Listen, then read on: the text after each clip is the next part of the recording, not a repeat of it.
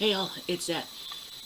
Before I get started with today's video about the Punisher, I just wanted to let you know that in case any of you that don't know about this already, about 5 years ago, my dad died unexpectedly, and today would have been his birthday. So I figured the best way to honor him would be to talk about his favorite anti-hero of all time, the Punisher.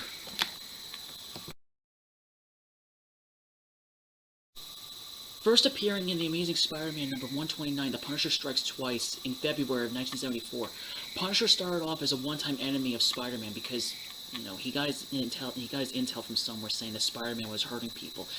Upon meeting him and fighting him for a while, Frank eventually put two and two together and realized that Spider-Man's not a bad guy. So, he let him off, and then afterwards, Punisher just went about his own journey. Fight against people that truthfully deserve a really good beatdown. And thus began his journey from one-time enemy of an iconic hero to becoming an iconic anti-hero himself. Like many of our favorite characters in Marvel, there have been a number of people that have played Punisher on both the big and small screen. So, for right now, let's just stick to the three actors that played him on the big screen. First starting off, Dolph Lundgren, who played him in the 1980s. Yeah, we don't really talk about that film a whole lot. Not bad, but really wasn't the best when it comes in terms of Punisher. Fast forward to 2004, where we see Baltimore native himself, Thomas Jane, play the Punisher. And he did good. He did, honestly a good job playing as Frank Castle in that film. It was a little different, but it was still good. I mean, it was good enough that he actually came back to play him again for a short film called Punisher Dirty Laundry.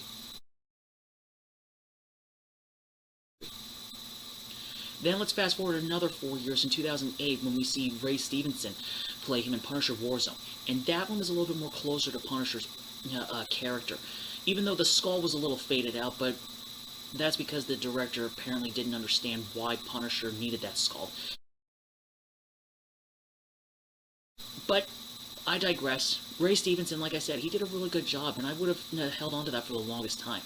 Matter of fact, I think that's one of the reasons Marvel brought him back again, because he actually plays Volstagg in the Thor franchise. And finally, the best for last, Jon Bernthal himself. An actor who proudly played him in Season 2 of Daredevil, and both seasons of Punisher, which originally began as Netflix original series, but pretty sure a lot of you have also heard that all those shows that Marvel made with Netflix are actually moving over to their new home on Disney+. So, here's to hoping that, just like we did with Charlie Cox and Vincent D'Onofrio on Spider-Man No Way Home and in Hawkeye, we might be seeing Jon return soon for many more projects yet to come from the great that we know as Marvel Studios. So I'm pretty sure many of you might have noticed that for a while on the other streaming site, HBO Max, that both Punisher 2004 and Punisher Warzone were originally on HBO Max, but have since left. So it kind of begs the question, where could their new home possibly be at this point?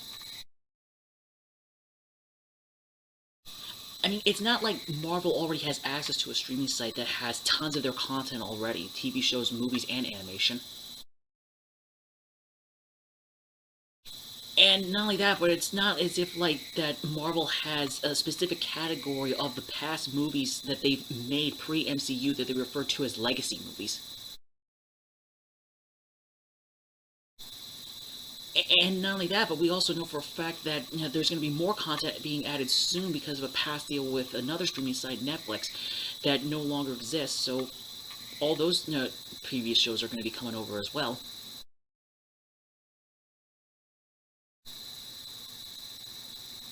I guess maybe we're just gonna have to wait and find out to see what happens next with the movies. Now let's move on to the important bit, that I'm sure that many of you really are here to talk about. The skull. I mean, we all know what Punisher's skull looks like. It looks like, well, it looks like this. But for those of you that don't know, he actually has a new skull, and it kind of looks a little bit like this.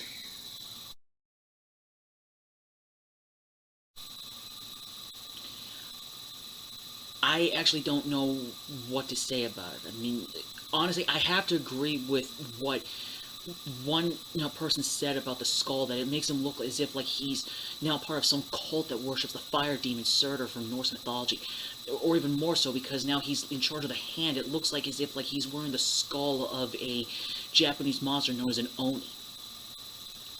And the biggest reason why they did that is because apparently the current writers, whoever is in charge of writing Punisher now, doesn't like the fact that the police and military are using Punisher's skull for how to use it as a symbol for them, even though we all know for a fact that Punisher's biggest fans are people who are police and military.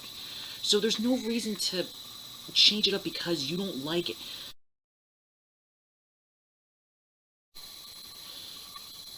Police and military personnel love Punisher because of the fact that they can relate to him on quite possibly a lot of personal levels.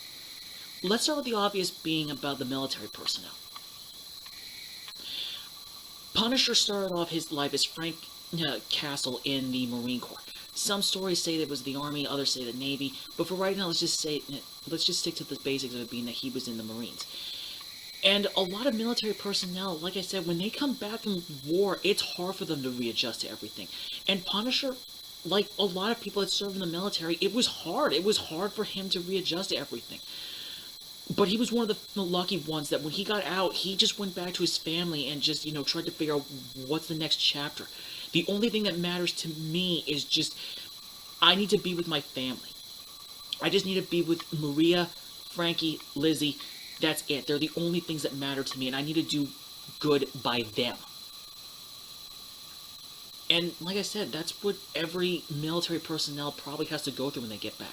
Because they pretty much teach you, in a way, how to be away from your family. They don't really teach you, what next when you're done. And not only that, but when it comes to police personnel, the reason why it is that they relate to Punisher is because they understand that even though Punisher doesn't do what, he doesn't obey the laws like they're supposed to, even though police are the ones that enforce the law, and Punisher doesn't exactly follow it, he does do the right thing by protecting the innocent. And as far as the police, a lot of times are concerned that, that actually do realize that Punisher is not a criminal. And that's just it. They know that he's not a criminal. He's not a psychopath. And yes, he has killed people, but never innocent people. He's never gone after an innocent person that wasn't doing anything, that were just going about their day. He went after, like I said, he went after criminals, murderers, rapists, drug dealers. He went after people who are terrible and do not deserve to live. And there are police officers that are frustrated now by the end of the day that when they have to appear in court for a criminal that they caught, and the criminal that they arrested, all the evidence is there, and then they get off with a technicality. That just infuriates not just the people that have to suffer knowing that the guy that did this to them is out, but the police officers that, they did everything they could, and yet the guy that they brought in is just back on the streets doing the exact same thing. So when the Punisher comes in and, takes care of the problem, it makes their job easier because it's one less person they have to worry about on the street. That way, one more innocent person, or at least 2 or 3 more innocent people, no longer have to worry about this one criminal that made their lives miserable. That's why police and military personnel are Punisher's biggest fans, because they really do support what he does. And they know that just like them, Punisher knows the difference between what is right and wrong. And like I said before, he's not a criminal, he's not a psychopath, and yes, he's not a traditional hero, but that's what makes him a great anti-hero. But don't worry, soon enough this will all blow over. Soon, all this political and sociological nonsense will blow over. Soon enough, Punisher will lose whatever skull it is he has on his chest and have his actual skull, as you can see. Soon enough, he will be fighting side by side our favorite heroes of the Marvel Universe. Soon we'll get our favorite version of the Punisher back. And hopefully, soon enough, we'll be able to see him fighting side by side our other favorite heroes of the Marvel Universe. Whether it's on the big or small screen. And we will see him for what we know and love him as. If you enjoyed today's video, please consider hitting the like button, as it really does help out a lot. And consider subscribing if you haven't already to keep up to date on all things Marvel. I've been Seth, this has been Marvel Knights and Deities, and remember always, true believers, Excelsior!